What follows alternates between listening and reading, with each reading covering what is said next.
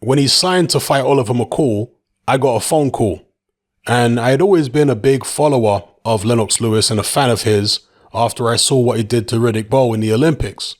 So I followed his career very closely as a professional fighter, and I get a call one day from Don King. He said, I got this fighter named Oliver McCall in a position to fight Lennox Lewis for the heavyweight championship of the world. Would you train him? I said, you know, Don, I'm a big fan of Lennox Lewis. He said, well, will you train him?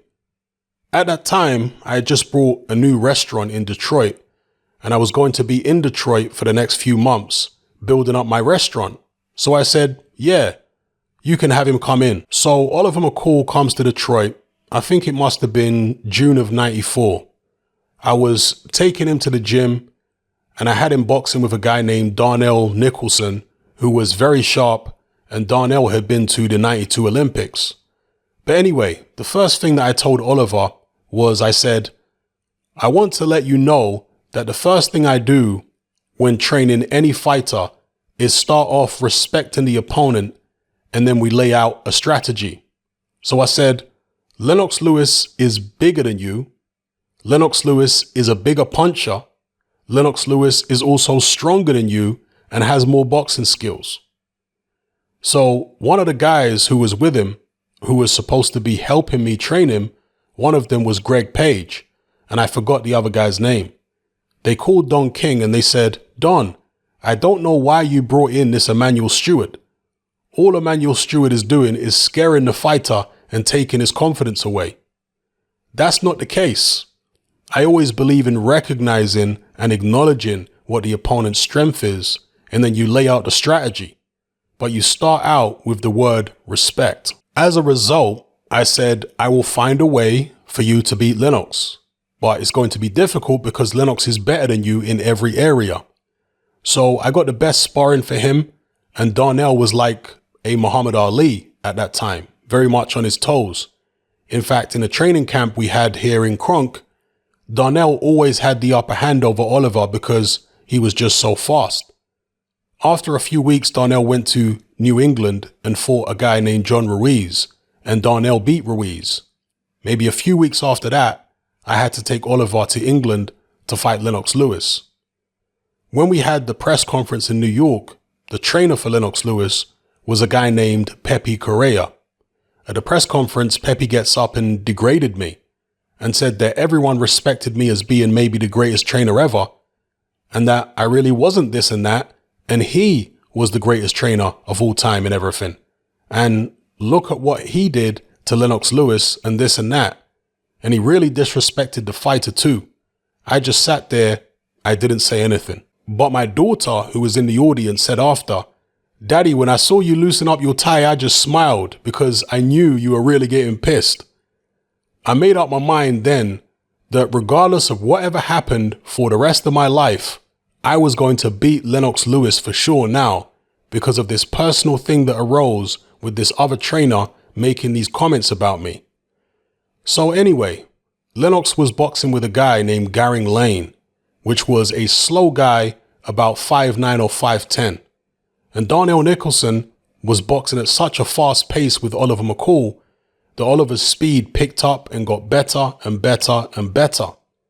When we get to the fight, after the first round, we almost caught Lennox because I knew that the whole camp of Lennox Lewis was based on one thing. Pepe was telling him, just throw the big right hand. The big right hand, big fellow, and we'll go home. And everything was always about Lennox Lewis's right hand. So I trained Oliver to try to catch Lennox doing the one thing that I knew he was going to do, and that's throw right hands. And it was a big, overconfident type of right hand. So we almost caught him in the first round. And in the second round, Oliver did catch him. They were both throwing punches at the same time, but Oliver, because of having a much faster sparring partner, he was faster and he caught Lennox. And Lennox actually went down while he was throwing the right hand. Our whole attack was based on beating him to the punch with a right hand. I told Lennox afterwards, I said, Lennox, we beat you tonight, but you're still the better fighter. Shortly after that, I got a call a few months later And he had his promoter, Panos Eliadis, call me and he said, Emmanuel, would you consider possibly getting involved with Lennox Lewis? I thought it was really strange for him to call me and ask me something like that. But at the same time, I had had problems with the Don King camp, mainly because they were all so jealous of the fact that Oliver had gotten so close to me. And I had to do that in order to get Oliver to win this fight because Oliver was known to be a reckless street type guy. But with me, he trained religiously and didn't have any problems. So as a result, they were so jealous. And Don had told us after the fight, he didn't want Oliver coming back to Detroit and socializing with me and this and that. So when they called me, I told them I'd meet with them and talk about this. So I met Lennox up in Ontario, where he was still living, and we trained at a little private gym on a Saturday. I liked the way we worked together, so I called up Panos and I said I would definitely do it. It says a lot about the intelligence and the mentality of Lennox Lewis that he would hire the very trainer that masterminded his first professional defeat. And it's not like he hired him years after the fact. No, he hired him just a couple weeks or a couple months after that first defeat happened. He realized that Steward, being a very experienced trainer who trained loads of different world champions and had masterminded Lewis's defeat to McCall, he was the perfect man to point out all Lewis's flaws because he'd studied him closely. I remember Manny Steward talking about the Phil Jackson fight, which was the fight prior to the first McCall fight. And he noticed that Phil Jackson nearly beat Lennox Lewis to the punch with a right hand on several occasions.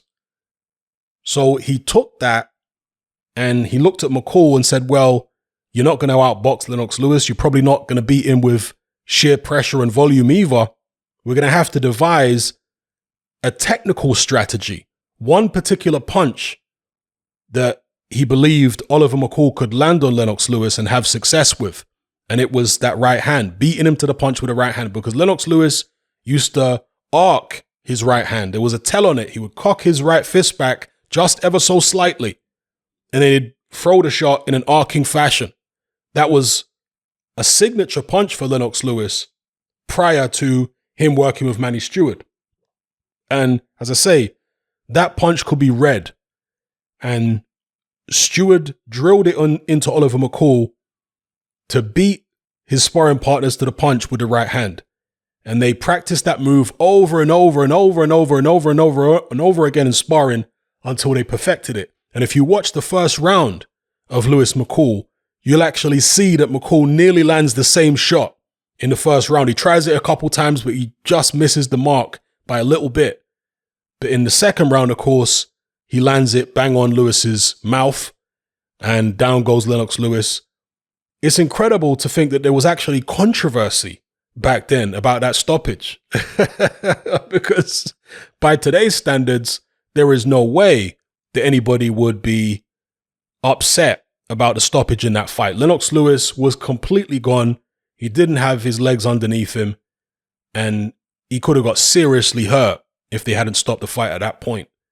Frank Maloney, who was Lewis's manager, was kicking up a big fuss and complaining to the WBC, complaining about the ref and all this type of stuff. But really and truly, there was nothing wrong with that stoppage.